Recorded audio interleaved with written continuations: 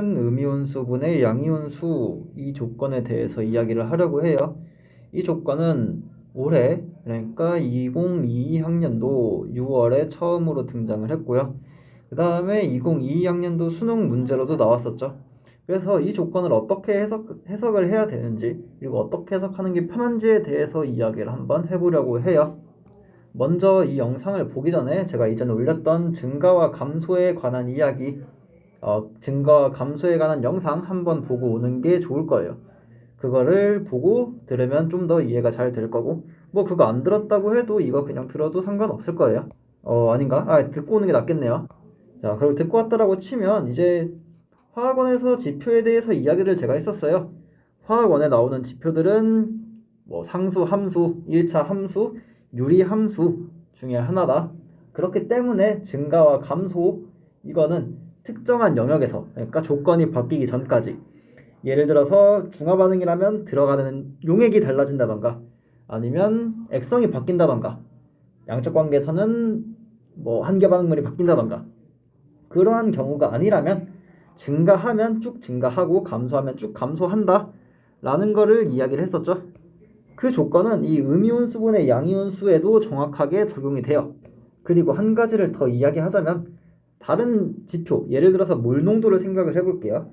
몰 농도 같은 경우에는 감소하다가 증가한다 라는 특징을 가지고 있죠. 얘랑 다르게 음이온수분의 양이온수는 감소하다가 증가하거나 증가하다가 감소하지 않아요. 같은 용액을 넣는다라고 쳤을 때 뭔 소리냐 라고 하면 증가만 바뀌지 않는데 이런 경우는 있어요. 일정하다가 감소, 일정하다가 증가, 뭐 증가하다가 일정, 감소하다가 일정 이런 경우는 있는데 감소하다가 증가, 증가하다가 감소 이러한 경우는 없어요.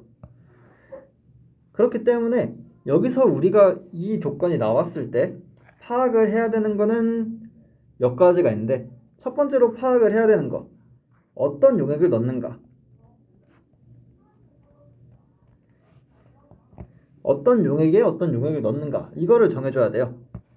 6월 문제 같은 경우에는 어떤 용액이 어떤 걸 넣는다라는 게 정확하게 주어져 있었죠. 그런데 수능 같은 경우에는 그냥 용액을 일정한 비율로 섞는다 라고만 주어져 있었어요. 어떤 용액이 어떤 용액을 넣는 게 아니죠. 그래서 우리는 거기서 가정을 해줘야 돼요. 어떤 용액이 어떤 용액을 넣을 건지 염기성 용액 혼합물에 이가산을 넣을 건지 혹은 이가산에 염기성 용액 혼합물을 넣을 건지 예를 들어서 이번 수능 같은 경우에는 산성 용액이 하나가 나왔었고 염기성 용액이 두 개가 나왔었죠. 그런데 산성 용액이 두 개, 염기성 용액 두 개가 나올 수도 있어요. 그 경우에는 산성 용액 혼합물에 염기성 용액 혼합물 이렇게 봐주면 되겠죠. 어떻게 할 건지는 그냥 마음대로 정해주면 돼요. 자, 그리고 어떤 용액인지를 구했으면 그 어떤 용액이 어떤 용액을 넣는지 이거를 정해줬으면 두 번째로 할 거는 이거예요. 용액 1, 용액 2, 그리고 용액 1 플러스 2의 음이온수분의 양이온수를 구해줘야 돼요. 무슨 소리냐? 우리 이 문제처럼 그 이가산에다가 우리 수능 문제를 이가산에다가 염기성 용액 혼합물을 집어넣는다 라고 가정할 수도 있고 염기성 용액 혼합물에 이가산을 집어넣는다 라고 가정할 수도 있겠죠. 그래서 여기서는 이렇게 가정을 할게요. 용액 1은 염기성 혼합 용액이고 염기성 용액 두 개를 섞은 거고 용액 2는 산성 용액이고 H2A였죠 아마 H2X였나? 네, 그리고 용액 그 세 번째는 용액 1과 2를 섞어가지고 중성을 만든 용액을 말해요. 그럼 이 용액 1, 용액 2, 용액 1 플러스 2의 음이온수분의 양이온수를 구해주면 되겠죠. 이걸 구해주면 용액 1 같은 경우에는 10분의 7이에요. 용액 2 같은 경우에는 2예요. 그리고 용액 1 플러스 2 같은 경우에는 5분의 7이에요. 자, 그러면 이 음이온수분의 양이온수는 유리함수의 특성을 가지고 있기 때문에 감소하면 감소하죠. 쭉. 그럼 이걸 어떻게 표현할 수 있냐? 산성 용액에다가 염기성 용액을 넣는다라고 가정을 해볼게요. 그래프를 이렇게 그려줄 수가 있을 거예요. X축의 염기성 용액의 부피 혹은 염기성 물질의 양 상관없죠. 그리고 Y축은 음이온수분의 양이온수를 그려줄 수 있을 거예요. 자, 산성 용액에 염기성 용액을 넣는다고 했으니까 처음에 시작은 2에서 시작을 할 거예요. 그리고 중성이 된다라고 했을 때 그때 값은 5분의 7일 거예요. 그리고 염기성 혼합력의 끝으로 가면 10분의 7이 되겠죠. 10분의 7 여기에다가 점근선을 그려줄 거예요. 그럼 이 그래프가 어떻게 그려지냐라고 하면 여기가 중성이다 라고 가정을 하면 여기서 여기까지 감소하겠죠.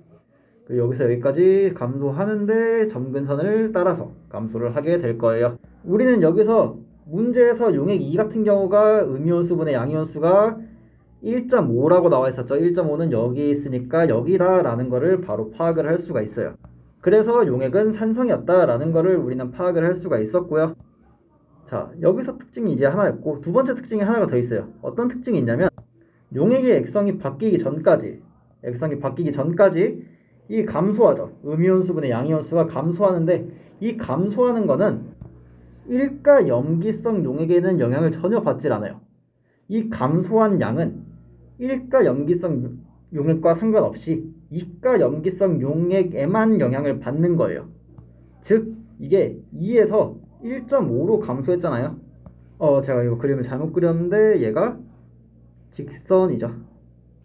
네, 직선이고 여기에 1.5가 있고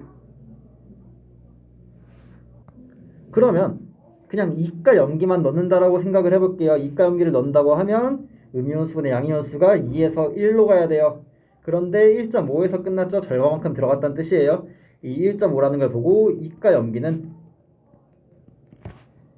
이가 산의 절반만큼이 들어갔다라는 거를 또 파악을 할 수가 있어요. 자, 그러면 이 문제에서 저희가 본 거를 두 가지를 생각을 할 수가 있어요. 첫 번째로 용액 1의 음이온수분의 양이온수, 용액 2의 음이온수분의 양이온수, 중성일 때의 음이온수분의 양이온수를 파악을 하면 그래프를 그려줄 수 있다라는 게 첫 번째였고요. 두 번째, 이 1.5 이거는 1가에 영향을 받지 않고 2가에만 영향을 받는다라는 거.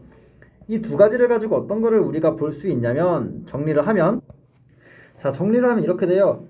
산성의 염기성을 넣는다라고 치고 Y축은 음이온수분의 양이온수라고 쳤을 때 1가에 1가를 넣으면 그냥 항상 1이 되죠. 근데 이건 어차피 문제 안 나오니까 크게 신경 쓸 필요가 없고요. 1가에 2가를 넣을 때는 1에서 2분의 1로 가요. 왜냐면 1가 같은 경우 1이죠. 2가 같은 경우 2분의 1이에요. 중성인 경우가 2분의 1이에요. 그래서 1에서 2분의 1로 가고 2분의 1에서 일정하게 유지가 되는 거예요. 2가에 1가를 넣을 때를 볼게요. 2가 같은 경우에 2예요. 1가 같은 경우 1이죠. 그리고 중성일 때가 2예요. 그래서 2에서 2로 갔다가 1로 가는 거예요. 세 번째 2가에 2가를 볼게요. 2가에 2가는 2고 이가 염기는 2분의 1이죠. 중성일 때는 1이에요. 그래서 2에서 1로 갔다가 그 다음에 2분의 1로 가는 형태가 되는 거예요. 그래서 어떤 용액에 어떤 용액을 넣는지 이게 굳이 1가일 필요 없고 2가일 필요 없어요. 혼합용액이라고 쳐도 돼요. 혼합용액 같은 경우에는 1가산 H2A와 H2B를 섞었다. 그래서 1.5가를 만들었다. 또 되죠. 그러면 여기 1.5 넣어주면 어떻게 되냐? 1.5가는 1.5에서 시작을 하겠죠. 거기서 이제 1가를 넣는다라고 하면 이런 식이 될 거예요. 그리고 2가를 넣는다고 하면 이런 식으로 1.5, 0.75, 0.5가 될 거예요. 이런 식으로 혼합용액이어도 상관없어요. 혼합용액이어도 그냥 이 음이온수분의 양이온수가 어디에서 시작을 해가지고 중성일 때는 어디를 거치고 용액을 계속 집어넣으면 어디로 근사한다. 이것만 알고 있으면 이 그래프를 바로 그려줄 수가 있을 거고 이 그래프를 알고 있으면 우리가 음이온수분의 양이온수 조건이 나왔을 때 이 용액이 액성이 염기성인지 산성인지를 알 수가 있을 거예요. 염기성인지 산성인지를 알아낸 다음에는 이 음이온수분의 양이온수를 가지고 얼마만큼 반응을 했는지 또 파악을 할 수가 있겠죠. 그래서 이렇게 파악을 해주면 되고요. 그 다음에 이제 이게 보면 알겠지만 1가를 집어넣을 때는 영향이 없어요. 똑같죠. 하지만 2가를 집어넣을 때 줄어든다 라는 거. 그렇기 때문에 만약에 3가가 나온다면 3가를 집어넣어도 줄어들겠죠. 아무튼 중요한 건 1가를 집어넣었을 때는 액성이 변하기 전까지 변화가 없다는 거예요. 그래서 만약에 액성이 바뀌지 않았다면 이 음이온수분의 양이온수가 바뀐 거를 보고 2가가 얼마나 들어갔구나 라는 거를 파악을 할 수가 있을 거예요. 이 둘 가지고 액선 파악하고 그 다음에 줄어든 거 가지고 이가가 얼마나 들어간지 파악을 하고 이 두 가지를 가지고 문제를 좀 더 빠르고 쉽고 정확하게 풀어낼 수가 있을 거예요. 이 음이온수분의 양이온수 조건이 또 나오겠어 라는 느낌을 받긴 하지만 사실 그래도 기출에 있는 거니까 이 정도까지는 알아두는 게 좋을 거예요.